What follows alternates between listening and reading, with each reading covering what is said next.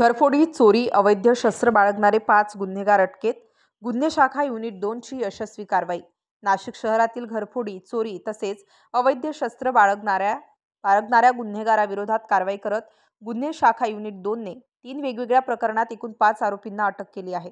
त्यांच्याकडून 2 धारदार तलवारींसह मुद्देमाल जप्त करण्यात आला आहे. अंबड पोलीस ठाण्यात दाखल असलेल्या गुन्ह्यातील आरोपी अमोल गायकवाड व स्वप्नील जाधव हे पाथर्डी गाव परिसरात फिरत असल्याची माहिती मिळाल्यावरून गुन्हे शाखा युनिट 2 च्या पथकाने सापळा रचून दोघांना अटक केली आहे. चौकशीअंती त्यांनी गुन्ह्याची कबुली दिली. त्यांनी अंबड पोलीस ठाण्यात पुढील कारवाईसाठी हजर करण्यात आले.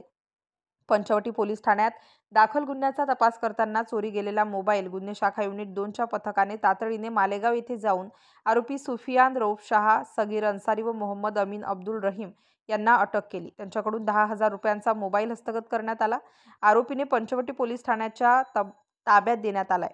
गुन्हे शाखा युनिट 2 च्या अधिकाऱ्यांना मिळालेल्या माहितीनुसार आरोपी योगेश नवाडे चिंचोली फाटा परिसरात हातात धारदार तलवार घेऊन फिरत होता.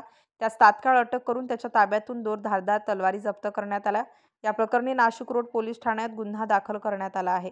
पुढील तपास सुरू आहे. ही कारवाई गुन्हे शाखा युनिट 2 चे सहाय्यक पोलीस निरीक्षक हेमंत तोडकर, पोलीस उपनिरीक्षक यशवंत बेंडकोडी, प्रेमचंद गांगुर्डे, बाळू शेडके, विलास गांगुर्डे, पोलीस हवालदार संजय सानप, नंदकुमार नांदुर्डीकर, प्रकाश बोडके, चंद्रकांत गवडी, प्रकाश महाजन, वाल्मिक चव्हाण, महेश खांडबहाले, संजय पोटिंदे यांचा सक्रिय सहभाग होता.